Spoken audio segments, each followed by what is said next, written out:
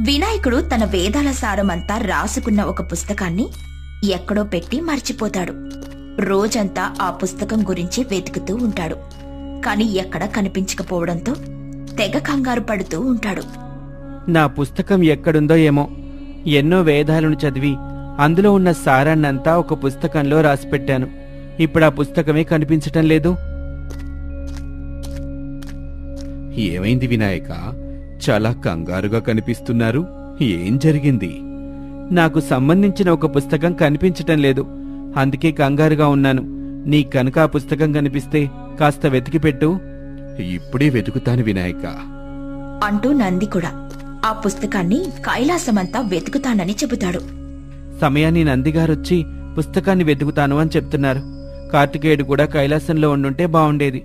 అతను నాకు సహాయం చేసేవాడు. కార్తికేయుడు ఎక్కడ ఉన్నాడో ఏమో అంటూ వినాయకుడు కార్తికేయుణ్ణి తలుచుకుంటాడు. నిజానికి కార్తికేయుడు భూలోకంలో ఒక రాక్షసుణ్ణి సంహరించడానికని వెళ్తాడు. కార్తికేయుడు రాక్షసుణ్ణి సంహరిస్తాడు. అలా సంహరించడంతో దేవతలంతా ఎంతో ఆనందిస్తూ ఉంటారు. మహాశివుల వారికి ప్రణామాలు. ఇప్పుడే ఒక అద్భుతమైన వార్త వచ్చింది. ఏంటా వార్త? మన కార్తికేయుల వారు యుద్ధంలో గెలిచారు. వారు రాక్షసుణ్ణి సంహరించారు. దేవతలంతా కార్తికేయునిపై పువ్వుల వర్షం కురిపిస్తున్నారు. అందరూ ఎంతో ఆనందంగా ఉన్నారు స్వామి. నాకు తెలుసు, నా పుత్రుడు తప్పకుండా రాక్షసుడిని సంహరిస్తాడని. అతని కారణంగా దేవతలందరూ ఎంతో హాయిగా ఉన్నారు. ఒక తల్లిగా నాకు ఇంతకంటే ఏం కావాలి? మరికొద్ది క్షణాల్లో కార్తికేయుడు కైలాసానికి రాబోతున్నాడు. తన ఈ విజయాన్ని మనం తప్పకుండా ఒక సంబరంగా జరుపుకోవాలి. పార్వతి, వెంటనే నువ్వు వంటగదిలోకి వెళ్లి కార్తికేయునికి ఇష్టమైన పిండి వంటలు తయారు చేయి. ఇక నంది, నువ్వు నీ ప్రమద గణాలతో కలిసి కైలాసం మొత్తం అలంకరించు. అలా మహాశివుడు చెప్పడంతో పార్వతీదేవి వంటగదిలోకి వెళ్తుంది. కార్తికేయుడు రాబోతున్నాడు. అతను వచ్చేసరికి రకరకాల పిండి వంటలన్నీ తయారయ్యి ఉండాలి అంటూ పార్వతీదేవి పిండి వంటలు తయారు చేయడం మొదలు పెడుతుంది. మరోవైపు వినాయకుడు తన పుస్తకాన్ని వెతుక్కుంటూ ఉంటాడు. నందిగారు పుస్తకం వెతికి పెడతాను అన్నారు. ఒకసారి వారికి ఏమైనా నా పుస్తకం దొరికిందేమో చూస్తాను అంటూ వినాయకుడు నంది వద్దకు వెళ్తాడు. నందేమో కైలాసాన్ని అలంకరించే పనిలో ఉంటాడు. నందిగారు, మీరు నా పుస్తకాన్ని వెతుకుతున్నారు కదా, మీకు నా పుస్తకం కనిపించిందా? లేదు లేదు వినాయక, నేను ప్రస్తుతం మీ పుస్తకాన్ని వెతకటం లేదు. కొంత సమయం వెతికాను. మీ పుస్తకం నాకు ఎక్కడా కనిపించలేదు. ఇప్పుడు నేను మరో ముఖ్యమైన పనిలో ఉన్నాను. అవునా? ఏమిటా ముఖ్యమైన పని? కార్తికేయుల వారు కైలాసానికి రాబోతున్నారు. వారు ఏ పనిపై భూలోకానికి వెళ్లారో ఆ పనిలో విజయం సాధించారు. అంటే వారు రాక్షస సంహారాన్ని పూర్తి చేశారు. దేవతలంతా ఎంతో హాయిగా ఉన్నారు. మరికొంత సమయంలో దేవతలందరూ కైలాసానికి రాబోతున్నారు. కైలాసంలో ఒక పెద్ద వేడుక మొదలు కాబోతుంది. అందుకోసమే నేను కైలాసాన్ని అలంకరిస్తున్నాను. కానీ నందిగారు, నేను ఈ పని కంటే ముందే మీకు మరొక పనిని అప్పగించాను. ఎవరైతే ముందు పనిని అప్పగిస్తారో వారి పనిని ముందు పూర్తి చేయాల్సి ఉంటుంది. మీరు ముందు నా పుస్తకాన్ని వెతికి పెట్టండి. ఆ పైన కైలాసాన్ని అలంకరించుకోండి. లేదు లేదు వినాయక, నేను ప్రస్తుతం మీ పుస్తకాన్ని వెతకలేను. ప్రస్తుతం మీ పుస్తకాన్ని వెతకడానికంటే కార్తికేయుల వారిని సన్మానించటమే నాకు ముఖ్యమైన పని. అలా నంది చెప్పడంతో వినాయకుడికి చాలా కోపం వస్తుంది. నా పుస్తకం కంటే కార్తికేయుని సత్కరించడమే గొప్ప పనట. అమ్మ వద్దకు వెళ్తాను. అమ్మ తప్పకుండా పుస్తకాన్ని వెతకటంలో నాకు సహాయం చేస్తుంది అంటూ వినాయకుడు వంటగదిలో ఉన్న పార్వతీదేవి వద్దకు వెళ్తాడు. పార్వతీదేవి ఆ సమయంలో పిండి వంటల్ని తయారు చేస్తూ ఉంటుంది. ఏమిటి వినాయక, ఇలా వచ్చావు? బాగా కంగారుగా ఉన్నట్టున్నావు. ఏమిటి విషయం? వేదాలను చదివి అందులో ఉన్న సారాన్ని నేనొక పుస్తకంలో రాసిపెట్టాను. ప్రస్తుతం ఆ పుస్తకం నాకు కనిపించటం లేదమ్మా. వెంటనే నువ్వు నాతో పాటురా. మనం కైలాసం అంతా ఆ పుస్తకం గురించి వెతకాల్సి ఉంటుంది. లేదు లేదు పుత్రా, నేను ప్రస్తుతం నీకు ఎలాంటి సహాయమూ చేయలేను. నీకు తెలుసా, కార్తికేయుడు యుద్ధంలో విజయాన్ని సాధించాడు. అతను కైలాసానికి రాబోతున్నాడు. అతని కోసం ఈ పిండి వంటలను తయారు చెయ్యక తప్పదు. నీ పుస్తకాన్ని నువ్వే వెతుక్కో. అలా పార్వతీదేవి చెప్పడంతో వినాయకునికి చాలా కోపం వస్తుంది. ఏమిటో కైలాసంలో ఉన్న ఒక్కరు కూడా నాకు సహాయం చేయటం లేరు. అందరూ విజయం సాధించిన కార్తికేయుని గురించే మాట్లాడుకుంటున్నారు. ఒకసారి నేను నాన్నగారి వద్దకు వెళ్తాను. కనీసం నాన్నైనా నాకు సహాయం చేస్తారేమో అంటూ వినాయకుడు మహాశివుని వద్దకు బయలుదేరతాడు. వినాయకుడు శివుని వద్దకు వెళ్ళగానే కార్తికేయుడు కూడా అదే సమయానికి శివుని వద్దకు వస్తాడు. మహాశివుడు వినాయకుణ్ణి పక్కన పెట్టి ముందుగా కార్తికేయుని ఇలా అంటాడు. నువ్వు చాలా మంచి పని చేశావు కార్తికేయ. ఈ భూలోక వాసుల్ని రక్షించావు. క్రూరుడైన రాక్షసుణ్ణి సంహరించి దేవతలందరికీ మంచి చేశావు అంటూ మహాశివుడు కార్తికేయుణ్ణి హత్తుకుంటాడు. ఇది చూసిన వినాయకునికి కోపం మరికాస్త పెరుగుతుంది. నాన్నగారు అసలు నేను చెప్పే మాటలు వినటానికి కూడా సిద్ధంగా లేరు. ఇలాంటి ప్రదేశంలో నేను ఉన్నా ఎలాంటి ప్రయోజనం లేదు. నేను ఇప్పటికిప్పుడు ఈ కైలాసాన్ని విడిచిపెట్టి భూలోకానికి వెళ్ళిపోతాను అంటూ వినాయకుడు కైలాసాన్ని విడిచిపెట్టి భూలోకానికి వెళ్ళిపోతాడు. వినాయకుడు ఒక చెట్టు కింద కూర్చొని ఇలా మాట్లాడుతూ ఉంటాడు. నాకు మర్యాద లేని చోట నేను అస్సలుండను. కైలాసంలోని వాళ్ళందరూ నన్ను ఎంతో అవమానించారు. అందుకే నేనిలా కైలాసాన్ని విడిచిపెట్టి భూలోకానికి వచ్చేశాను. నాకేమో ఇప్పుడు బాగా ఆకలిగా ఉంది.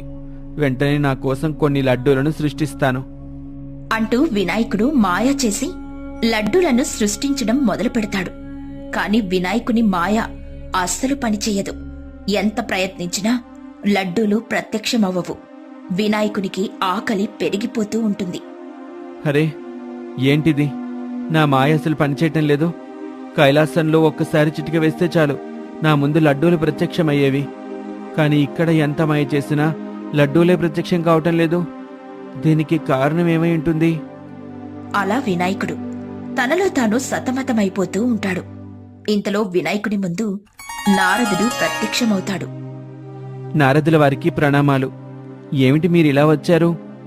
నేను నీకొక ముఖ్యమైన విషయాన్ని తెలియచెయ్యాలి. మీరు కైలాసాన్ని విడిచిపెట్టిన వెంటనే మీ మాయలన్నీ మాయమైపోయాయి. మీరు ఇకపై మాయలేమీ చేయలేరు. అరే ఎందుకు చేయలేను? నాకిష్టం లేని ప్రదేశంలో నేనుండకపోవటం కూడా నా తప్పేనా? దేవతలు మంచి గుణాలను కలిగి ఉండాలి.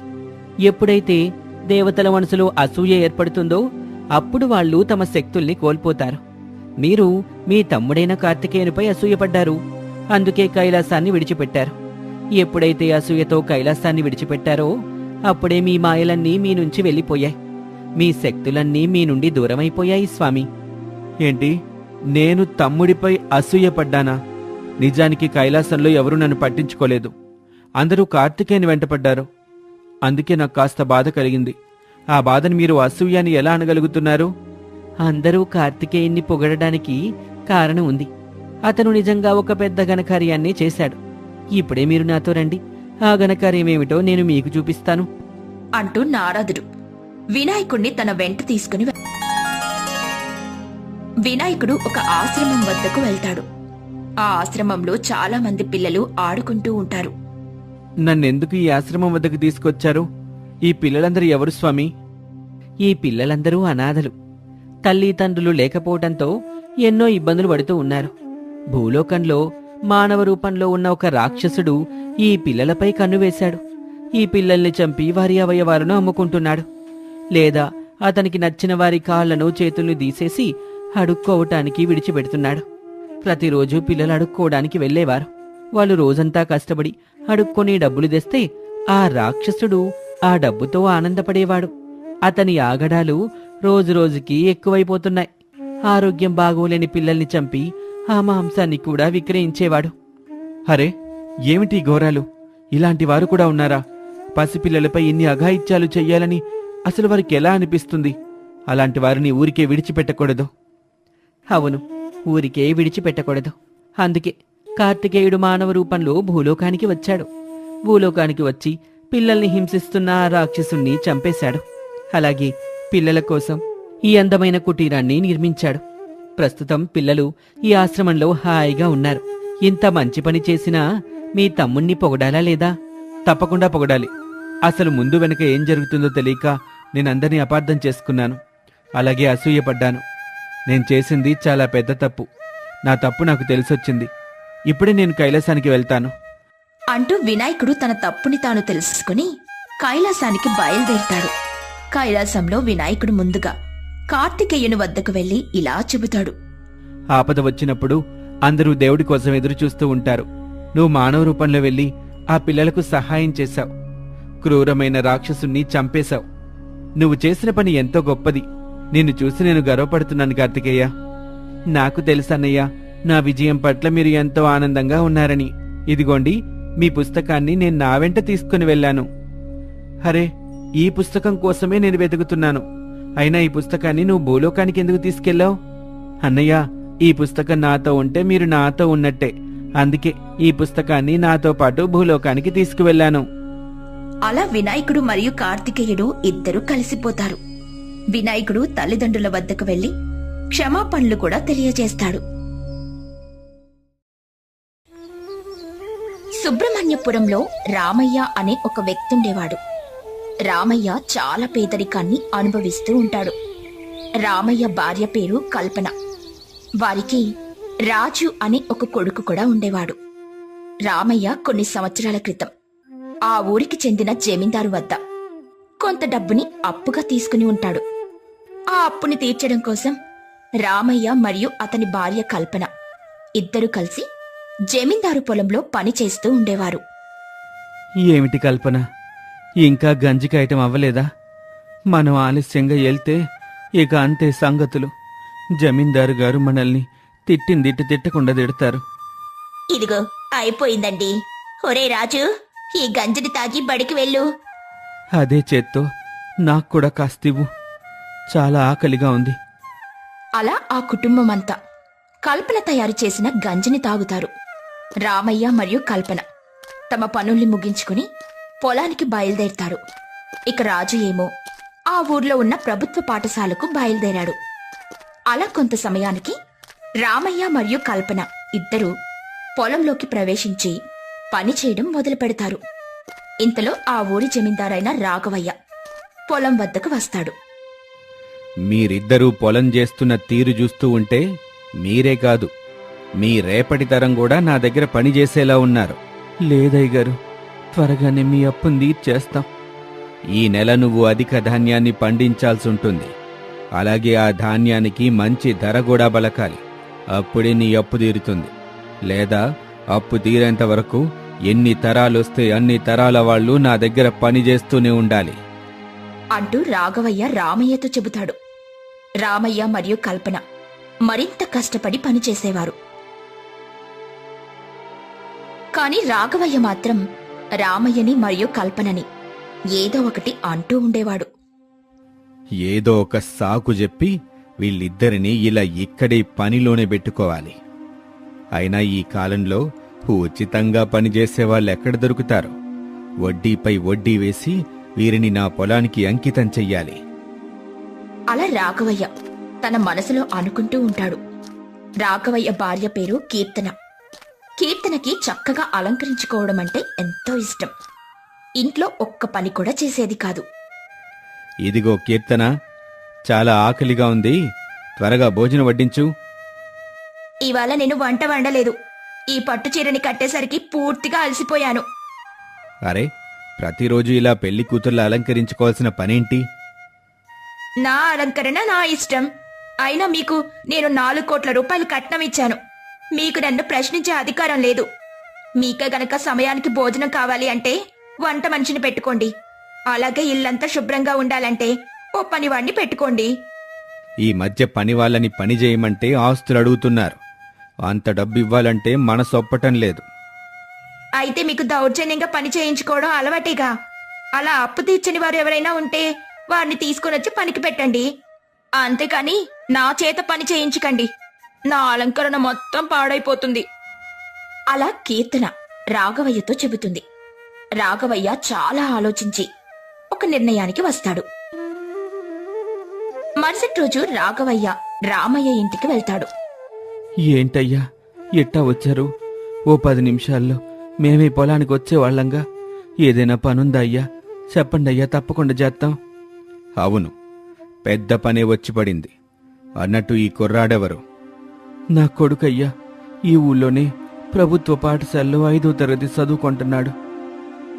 మీలాంటి వాళ్ళకి ఎందుకు చదువులు? చదువు మీలాంటి వాళ్ళకి పొగరిస్తుంది. చక్కగా విని మా ఇంట్లో పనికి పెట్టు. అయ్యయ్యో లేదయ్య గారు, వీడిపై ఎన్నో ఆశలను పెట్టుకున్నాం. అయితే ఇప్పటికిప్పుడే నా అప్పు తీర్చండి. నా అప్పు వడ్డీతో కలిపి అక్షరాల 5 లక్షలు. అలా రాఘవయ్య కల్పనని అలాగే రామయ్యని బెదిరిస్తాడు.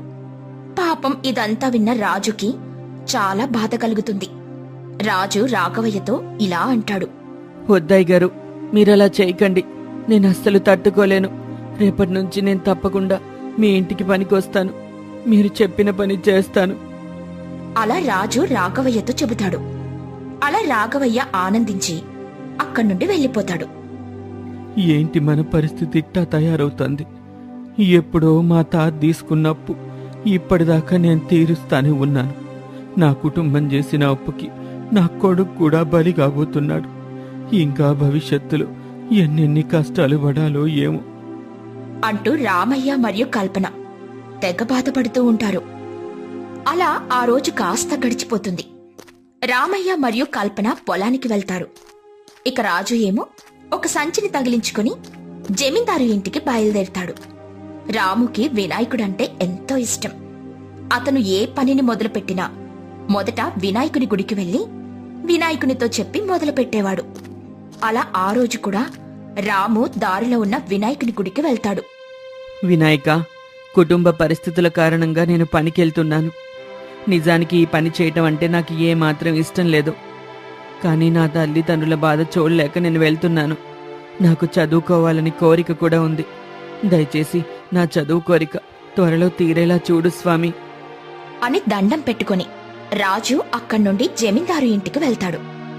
గుడిలో ఉన్న వినాయకుడు రాజు మాటల్ని వింటాడు. పాపం, ఈ కుర్రవాణ్ణి చూస్తూ ఉంటే చాలా జాలేస్తుంది. చూస్తుంటే చాలా మంచివాళ్లా ఉన్నాడు. తల్లిదండ్రుల్ని బాధ పెట్టకూడదని పనికెళ్తున్నాడు. ఇలాంటి వాళ్ళకి నేను తప్పకుండా సహాయం చెయ్యాలి. అలా వినాయకుడు రాజుకి సహాయం చేయాలని నిర్ణయించుకుంటాడు. మరోవైపు రాజు జమీందారు ఇంటికి వెళ్తాడు. నువ్వేనా పనివాడివి? ఇవాటి నుండి నేను చెప్పిన ప్రతి పనిని చాలా జాగ్రత్తగా చేయాలి. ఏదైనా అటు ఇటు అయితేనూ నేనస్సలు, అదుగో అక్కడ కనిపిస్తూ ఉందిగా, ఆ కొరడాతో నిన్ను బాగా కొడతాను. మీరే పని చెబితే అది సరిగ్గా చేస్తానమ్మగారు. ఇప్పుడేం చేయమంటారో చెప్పండి. ఇల్లంతా చాలా అంటే చాలా చెత్తగా ఉంది. ఇల్లంతా శుభ్రం చేయి, పాత్రలన్నీ శుభ్రం చేయి. అలా చెప్పి కీర్తన వెళ్లి తన గదిలో మరోవైపు వినాయకుడు జమీందారు రూపంలో ఇంటికొస్తాడు. ఇదిగో రాజు, నిన్ను చూస్తుంటే జాలిగా ఉంది. చదువుకునే వయసులో నీ చేతిలా పని చేయించటం తప్పని నా మనసు చెప్తుంది. మరేమీ పర్వాలేదులే అయ్యగారు, నేను అన్ని పనులు చేస్తాను. వద్దొద్దు, నువ్వే పని చేయాల్సిన పనిలేదు. ఇకపై నువ్వు ప్రతిరోజు బడికి వెళ్ళు. కానీ బడికి వెళ్తున్న విషయం నువ్వు నీ తల్లిదండ్రులకి చెప్పొద్దు. నేను మాట మార్చాను అనే విషయం తెలిస్తే నా పరువు పోవచ్చు. చాలా ధన్యవాదాలు అయ్యగారు. నేను బడికి వెళ్తున్న విషయం ఎవరికీ చెప్పను. ప్రతిరోజు పనికొస్తున్నాననే చెప్తాను. చాలా ధన్యవాదాలు అయ్యగారు అంటూ రాజు అక్కడి నుండి బడికి వెళ్ళిపోతాడు. ఇక రాఘవయ్య రూపంలో ఉన్న వినాయకుడి కాస్త రాజు రూపంలోకి మారిపోతాడు. ఇక కీర్తన చెప్పిన పనులన్నిటినీ వినాయకుడు చేయడం మొదలు పెడతాడు. పాపం, మొదట ఇంటిని శుభ్రం చేస్తాడు. అలాగే సామాన్లను కడుగుతాడు. అరే, ఇంత త్వరగా పని చేయడం ముగిసిపోయిందా? చాలా ఆశ్చర్యంగా ఉంది. నాకు బాగా ఆకలిగా ఉంది. వెళ్ళి వంట చెయ్యి అలాగే అమ్మగారు అంటూ రాజు వంటగదిలోకెళ్లి వంట కూడా తయారు చేస్తాడు. అలా కొంత సమయానికి జమీందారు ఇంటికొస్తాడు. రాజు తాను తయారు చేసిన వంటని జమీందార్కి వడ్డిస్తాడు. ఆహా, ఇంత రుచికరమైన ఆహారాన్ని నేనెప్పుడూ తినలేదు. నిజంగా అమృతాన్ని తాగినట్టుంది. ఒరే రాజు, ఇంత రుచికరమైన ఆహారాన్ని తయారు చేయడం ఎప్పుడు నేర్చుకున్నావురా? మా అమ్మగారు నేర్పారు. చిన్నప్పటి నుంచి మా అమ్మ నాకు అన్ని విద్యలు నేర్పింది. అలా రాజు జమీందారుతో చెబుతాడు. అలా అసలైన రాజు ప్రతిరోజు బడికి వెళ్లేవాడు. వినాయకుడేమో రాజు రూపంలో పనికొచ్చేవాడు. అలా కొంతకాలం గడుస్తుంది. ఒకరోజు జమీందారు ఆ ఊరి బడికి వెళ్తాడు. అక్కడ రాజు కూర్చొని చదువుకుంటూ ఉంటాడు. జమీందారికి ఏమీ అర్థం కాదు. అరే ఇదేంటి, ఇంట్లో ఉండాల్సిన కుర్రాడు ఇక్కడ చదువుకుంటున్నాడు? అంటూ జమీందారు కోపంగా రామయ్యని మరియు కల్పనని పిలిచి బడిలో చదువుకుంటున్న కొడుకుని చూపిస్తాడు. రామయ్య మరియు కల్పన రాజుని బాగా తిడతారు. అమ్మా, ఈ జమీందారు గారే నన్ను చదువుకోమని చెప్పారు. లేదు లేదు, అయినా చదువుకోమని నేనెందుకు చెప్తాను? ఇలా పరిస్థితి అంతా గందరగోళంగా మారిపోతుంది. ఇంతలో వారి మధ్య వినాయకుడు ప్రత్యక్షమవుతాడు. ఇదిగో రాజు, నేనే నీ బాధను చూడలేక జమీందారు రూపంలో వచ్చి నిన్ను చదువుకోమని చెప్పాను. అలా వినాయకుడు రాజుతో చెబుతాడు. మరోవైపు వినాయకుడు ఎంతో కోపంతో రాఘవయ్యతో ఇలా అంటాడు. ఊరి పెద్దకి అధికారంతో పాటు జాలి, దయ, కరుణ కూడా ఉండటం ఎంతో అవసరం. నువ్వు చిన్న కుర్రవాణ్ణి నీ ప్రయోజనాల కోసం వాడుకోవాలి అనుకున్నావు. అలాగే వడ్డీపై వడ్డీ వేస్తూ ఈ అమాయకులైన దంపతుల చేత చాకిరీ చేయించుకుంటున్నావు. మర్యాదగా నీ తప్పునొప్పుకో, లేదా నిన్ను శిక్షించాల్సి ఉంటుంది. అలా వినాయకుడు చెప్పడంతో రాఘవయ్య భయపడిపోతాడు. రాఘవయ్య తన తప్పును ఒప్పుకొని క్షమించమని కోరుతాడు. అలా వినాయకుడు అందర్నీ ఆశీర్వదించి అక్కడి నుండి మాయమైపోతాడు. ఇక అప్పట్నుండి రాజు ఎంతో హాయిగా బడికి వెళ్లేవాడు. ఇక రామయ్య దంపతులు కూడా వేరే పనికి వెళ్లి హాయిగా డబ్బుల్ని సంపాదించుకుంటూ ఉండేవారు.